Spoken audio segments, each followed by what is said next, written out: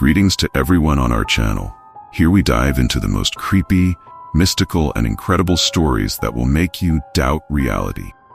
If you are ready to experience real fear and learn secrets that make your blood run cold, then you are in the right place. Subscribe so as not to miss our new videos, and click on the bell to always be aware of the scariest stories.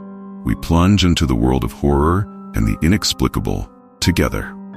In the woods near a small town in Maine, there was an old summer camp that was once very popular with locals.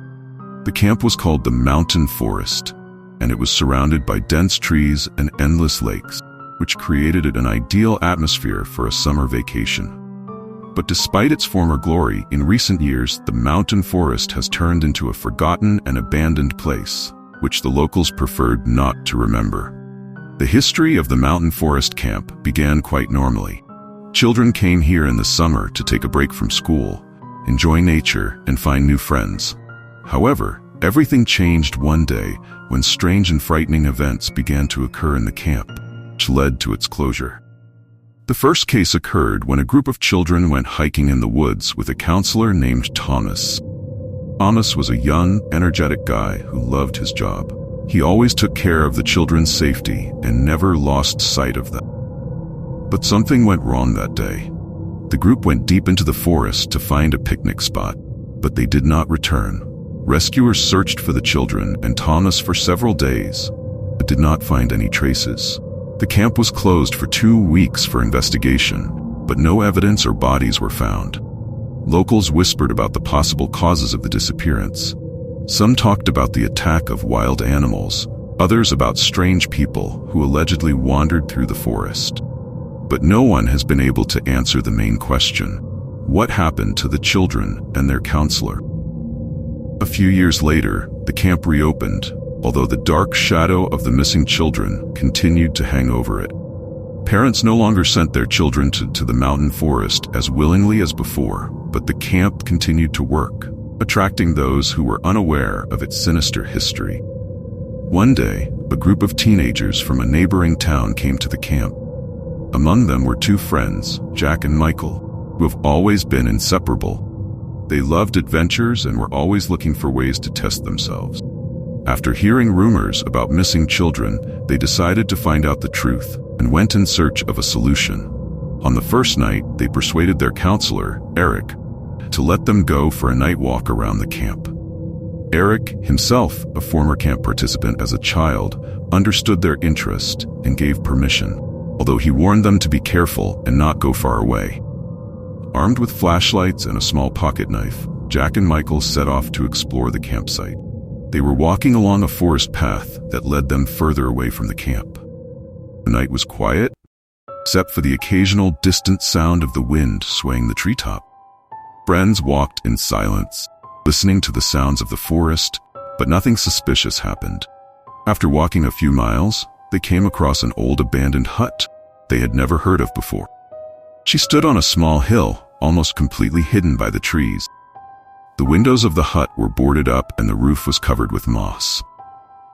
Jack and Michael looked at each other. This place looked exactly what they were looking for. They cautiously approached the hut and examined it. The door was closed, but not locked. Jack pushed it open, and it opened with a slight creak.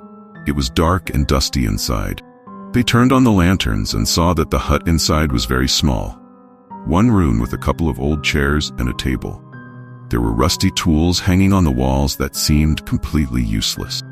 But most of all, their attention was attracted by strange scratches on the floor, as if someone was trying to escape from the hut. Jack came closer and began to examine these footprints. Suddenly, there was a rustle from the darkness, and both friends froze. Michael quickly turned the flashlight in the direction of the sound, saw nothing. Jack began to whisper suggestions to return to the camp. But Michael, who always liked adventures, insisted on staying and figuring out what was going on here. They continued to inspect the hut, but found nothing else unusual. Then they decided to look behind the hut, check if there was anything strange there.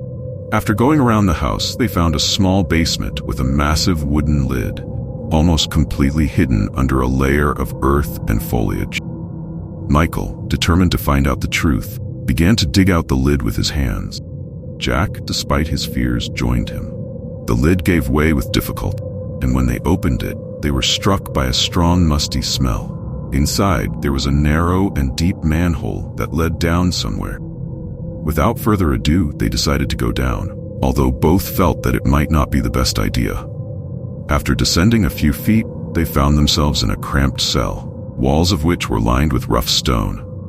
There were scraps of old clothes and strange metal objects on the floor. Michael picked up one of them. It was a rusty kid's shoe. He showed it to Jack, and they both realized that this place was probably connected to the missing children. At that moment, there was a dull sound, as if something large and heavy had fallen from above, blocking the exit. The hole was closing, and the friends found themselves in complete darkness. They tried to push the lid, but it was too heavy to open from the inside. Jack began to panic, but Michael, remaining calm, suggested looking for another way out. But there was no way out. The hole turned out to be closed, and now they were in a stone bag. The friends started shouting, hoping that they would be heard in the camp, but the sounds of their voices only echoed hollowly from the stone walls. Several hours passed, and the hope of salvation slowly faded. Michael and Jack frantically continued to knock and shout, but there was no response. Their voices gradually weakened, and soon an ominous silence fell in the dark cell. All hope of salvation seemed to have disappeared, and fear began to gradually replace their calmness. It took several hours before Jack noticed that the walls of the cell began to become covered with damp mold. An icy chill crept through his clothes, and he felt his breathing getting heavier with each passing moment. Michael wasn't any better. He tried to keep his head clear, but the environment around him was so overwhelming that his mind began to panic. When there was almost no light left in their lanterns, something else appeared in the camera. As their eyes adjusted to the darkness, they began to make out strange shapes painted on the walls. These were not just scribbles. They were perverted drawings reminiscent of scenes of violence and fear. Some of them depicted children falling to the floor with distorted faces, while others depicted scenes of cruel torture. The walls were covered with layers of dirt and grease, which created a suffocating, putrid smell. Michael succumbed to a panic attack, but Jack, still retaining part of his mind, tried to calm his friend down as much as possible under such conditions. Suddenly, they heard a dull sound, as if someone was moving on the surface of the ground above their heads.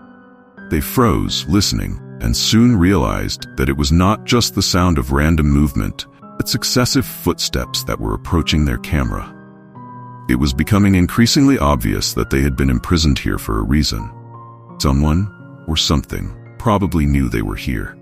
With each step, the noise grew louder, until finally the crack of a wooden lid was heard above them, and they heard the sounds of doors opening and closing. These sounds indicated that someone was clearly going to do something to them. They tried to shout and knock again, but it was no use. Finally, one of the doors above opened, and a dim light appeared in the hole. But instead of being saved, they saw a figure that seemed familiar, but at the same time distorted. He was a middle-aged man with a stern expression and an indescribable gleam in his eyes, as if he was devoid of all humanity.